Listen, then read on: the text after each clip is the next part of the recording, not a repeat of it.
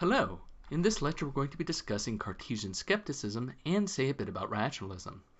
We will be going a bit beyond the readings and not necessarily cover every bit of the readings. It is important to do both the readings and view the lecture as well. I realize that the primary readings are often very difficult. You might read them and wonder, what the heck is this saying? And be tempted to give up. It is important that you do not, and that you do the readings prior to viewing the lecture. When you do, you will find that the lectures will click for you much better, and you are also likely to have more additional insights of your own regarding the readings.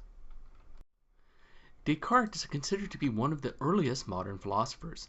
His meditations on first philosophy touch on a large number of subjects, from metaphysics and issues such as dualism and the existence of God, to epistemology, which, you will remember, is the study of the nature of knowledge. That is what we will be primarily concerned with here. As we begin to talk about Descartes, it is first important to have a little foreshadowing. Descartes lived in the mid-17th century and was a major figure championing the epistemological theory known as rationalism. Remember that epistemology is a branch of philosophy that investigates the nature of knowledge.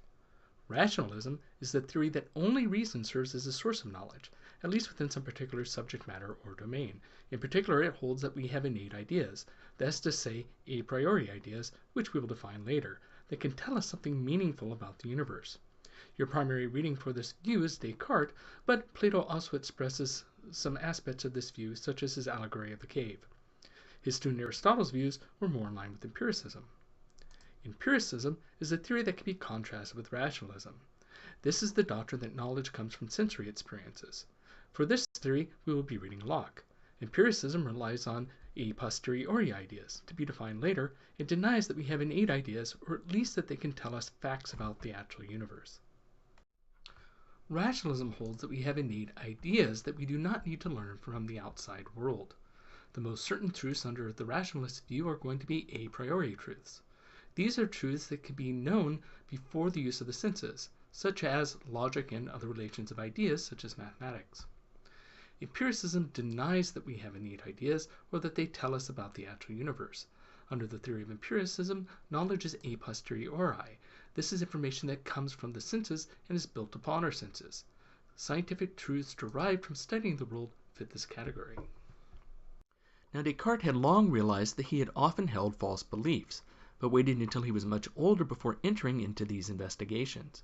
Descartes waited until he believed he had reached an age where he was not likely to improve his cognitive abilities or base knowledge before attempting to do so. The idea that we have false beliefs is a realization that we are all familiar with. Anytime your opinion about some fact has changed, it drives this point home. If you learn something existed which you would not have expected existed before, or you discover that you were lied to, or you decide that a movie was not as good as you expected it to be, or any number of things that happen to us on a regular basis, you are revising your view of the world and replacing beliefs that you felt were false with beliefs that you now feel are true.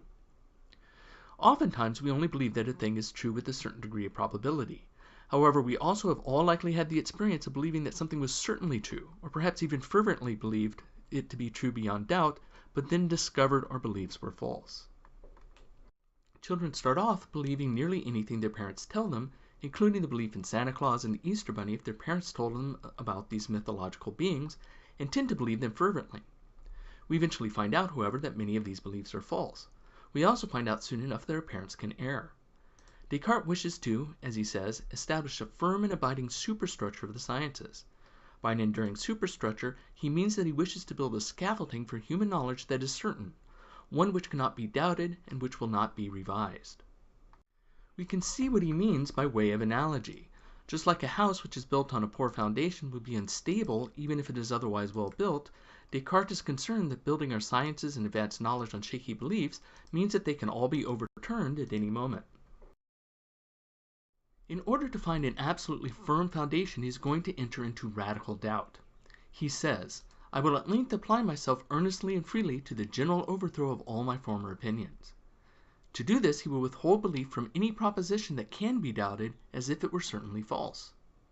The goal is to find something which is impossible to doubt, something which is so certain he cannot be skeptical about it no matter what lengths he goes to in order to doubt it. The hope is that if he finds something that is impossible to doubt, he would then have a firm foundation on which he can begin to build back up many of his current beliefs. Of course, if we were to try to list all of our beliefs and try to doubt them one by one, we would never finish. First, You probably have millions, if not hundreds of millions, of specific beliefs. Secondly, you have many beliefs that allow you to generate other beliefs without end. For example, you believe that 2 plus 2 is 4. Of course, you have thought about that equation before, but you may never have added up the specific numbers 10 plus 2.5 plus 9.9 plus 0.1 plus 0.5 plus 7 in that particular order before, and yet after looking at this for a moment, you are likely to correctly believe that this sums to 30. In addition, we have never had the specific thought before about what it would be like to eat 3 pounds of giraffe meat. If not, then you could not have had any belief about doing so prior to this. But if you imagine such a meal now, you will probably instantly generate the belief that it would fill you up, even if the thought of doing so also repulses you. Or another example, you may never have heard of a particular make of Ford truck before, but once you hear about it, you likely have the belief that if you are hit at 60 miles an hour by it, you would die or at least be severely injured. You manage to have these beliefs because they are based upon other beliefs. This both illustrates why Descartes feels it is important to make sure that our foundational beliefs are certain, and why it is impossible to go through and doubt each of our beliefs individually. Fortunately for Descartes' task, he does not need to individually doubt each of his beliefs to see if he can cast doubt onto all of them.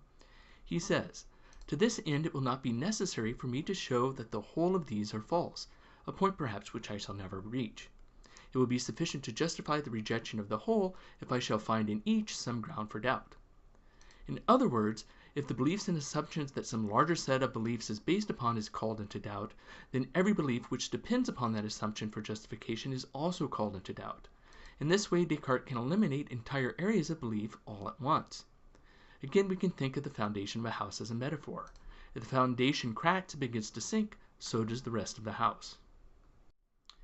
So, Descartes' plan then is to doubt the most fundamental beliefs upon which his other beliefs rest. We base a large number of our beliefs upon our senses, so he first calls these into doubt. Descartes says, "All that I have up till this moment accepted as possessed of the highest truth and certainty, I received either from or through the senses. I observed, however, that these sometimes mislead us, and it is the part of prudence not to place absolute confidence in that by which we have even once been deceived." In other words, much of what we take to be truest about the world we have arrived at through our senses. We judge some things to be solid, others to be insubstantial, some to be hot, some to be cold, some to be far away, some to be close, and so forth. But he notes that, though he tends to trust them, his senses have led him astray in the past. He says that it seems to him that he is sitting by the fire in a winter dressing gown. It seems as if he is holding the paper he is writing on, and so forth. But how does he know that he is not insane? People who are insane apparently are plagued with false senses and unable to determine the difference. A grown man might perceive his body as that of a child, or a person in rags might believe herself to be dressed in a gold and lace ball gown. People who are insane often do not realize that they are insane, so how can he be certain that his senses are not fooling him? Perhaps he is somewhere else entirely, and a deluded mind is causing him to believe that he is in a dressing gown, seated by a fire, and writing philosophy. He is also aware that he has in the past had dreams, and that while dreaming his senses seemed real. Indeed, he says that he has often dreamt that he was sat by this very fireplace and was utterly convinced that it was true until he awoke. So how can he know he's not dreaming? It seems to him as if he is wide awake, but how often has he been fooled by dreams in the past? Since he might be dreaming, he will assume that he is. So what does the possibility that he is dreaming do for his investigations? It allows him to cast aside great swaths of his beliefs at once. Remember that he is rejecting any belief that he can in fact doubt. You should not think that he is crazy here. No doubt that while writing he would do many things that depend upon his senses being accurate. He must have looked at the paper to see the sentences he was producing, he used the feel of the writing implement in his hand to move it around, and being human he likely had to eat and relieve himself a number of times while writing. Remember that his goal here is to find something that he can believe is certain. He isn't unable to function in the world as it is, but he has now come to understand that even his most fundamental beliefs can be doubted. He might be wrong about being by the fire and writing at that very moment. His method of doubt is to reject as if certainly false, that's to say that he will refuse to build any ideas on top of any belief which has any possibility of being false. So suppose that he is only dreaming. Does this mean that all of his beliefs are cast into doubt? So what do you think? Is there anything that he can be sure of even if he doesn't know whether or not he is dreaming or delusional? He is supposing that everything he sees is illusion, even that his own hands, limbs, and body are the illusions of a dream. He then says this: nevertheless, it must be admitted that the objects which appear to us in sleep are, as it were, painted representations which could not have been formed unless in the likeness of realities, and therefore that those general objects, namely eyes, a head, hands, and an entire body, are not simply imaginary, but really existent. In other words, he might be wrong about the nature of his hands, eyes, head, and so forth. What he is suggesting is that these objects at least have to exist in the real world for him to have generated the concept in order to dream about them in the first place. In other words, the thought he is entertaining is the idea that he cannot dream about something unless he has seen its likeness before. He might put these things together in new ways, and he might tell new stories about them in a dreaming or delusional mind, but he asks himself, can he at least not assume that items like fires and hands and paper must really exist? His analogy is to that of a painter. A painter might paint items that never existed at all, but a painter who paints, for example a mermaid, is putting together things that exist to produce the image of something that does not. Fishtails exist and women exist, and when the two are put together, one has an image of a mermaid. But maybe objects such as heads and hands are too complex to assume the existence of. Maybe they are a conglomeration of other existing things, like our own example of the mermaid. But what about their basic elements? So, imagine that complex items like a head or hands are possibly fictitious, much like the mermaid or griffin we just saw. He says, though these general objects, viz. A body, eyes, a head, hands, and the like, be imaginary, we are nevertheless absolutely necessitated to admit the reality at least of some other objects still more simple and universal than these, of which all those images of things, whether true and real, or false and fantastic, that are found in our consciousness are formed. In other words, even if complex objects like our hands or eyes are imaginary, can we not at least be sure that colors are real, that shape is real, that extension in space and number are real? These are, after all, the things of which all of our images are constructed. So do you think he has found something certain in the existence of color or shape or number? It turns out that no, he has not. At this point, the thought experiment gets even more wild. He says that he has long had the thought that there is an all-powerful God who created him. Could this God not have created him such that there is no earth and no sky, but that it appears to him to be so? He thinks that an all-good being would not do this, but maybe instead there is an evil genius or evil demon with much the same power who has taken it as his task to systematically fool Descartes. He says, I will suppose then not that deity who is sovereignly good in the fountain of truth, but that some malignant demon, who is at once exceedingly potent and deceitful, has employed all of his artifice to deceive me. I will suppose that the sky, the air, the earth, colors, figures, sound, and all external things are nothing better than the illusions of dreams, by means of which this being has laid snares for my credulity. I will consider myself as without hands, eyes, flesh, blood, or any of the senses. I will continue resolutely fixed in this belief, and, if indeed this means it be not in my power to arrive at the knowledge of truth, I shall at least do what is in my power, viz. Suspend my judgment, and guard with settled purpose against giving my assent to what is false, and being imposed upon by this deceiver, whatever be his power and artifice. This means that he cannot even be certain of mathematical facts. We are all familiar with making mathematical mistakes when adding complex series of numbers, but if there is an evil demon fooling us, we might be wrong every time we add 2 and 2 and get 4. We might think we count, maybe on a number line, 1, 2, 3, 4, but it is possible that the demon interferes with our thoughts and causes us to make a mistake that we do not notice every time. And in perhaps despair of discovering anything true at this point, he ends his first meditation shortly thereafter. Meditation 2. The next day he says that he ended the previous day believing that all the things he sees are fictitious. Not only that, but that none of the objects that present themselves to him actually have any existence even in a non-delusional reality.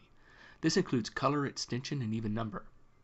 He will doubt even the existence of God, and instead suppose that he is being systematically fooled by a similarly powerful but deceitful being. Should he despair? Is there anything about which he cannot doubt? Is there anything that is certain? He says, but I before denied that I possess senses or a body. I hesitate, however, for what follows from that. Am I so dependent on a body and the senses that without these I cannot exist? But I had the persuasion that there was absolutely nothing in the world, that there was no sky and no earth, neither minds nor bodies. Was I not therefore at the same time persuaded that I did not exist? So So he's doubting that he even has a body at all, that even the external world exists. By doubting these things, does he not also doubt his own existence? He says, far from it. I assuredly exist, since I was persuaded. In other words, if he was persuaded that he had no body and that no external world exists, he must exist in order to be persuaded. But what about the demon that is fooling him? What if the demon is only fooling him into believing that he exists? Well, then, he must definitely exist because he is being fooled. Descartes says, but there is I know not what being, who is possessed at once of the highest power and the deepest cunning, who is constantly employing all his ingenuity in deceiving me.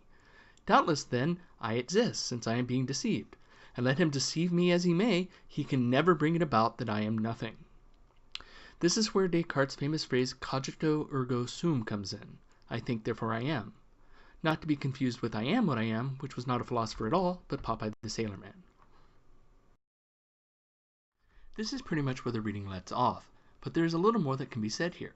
Descartes then goes on to ask, though he knows that he exists, what kind of thing is he?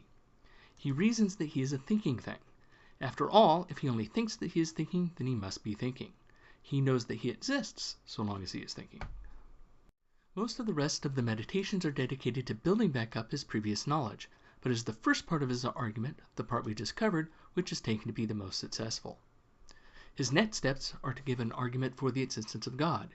He then uses the idea that God is good and no deceiver to build back up most of his other beliefs based on the idea that God would not systematically deceive him.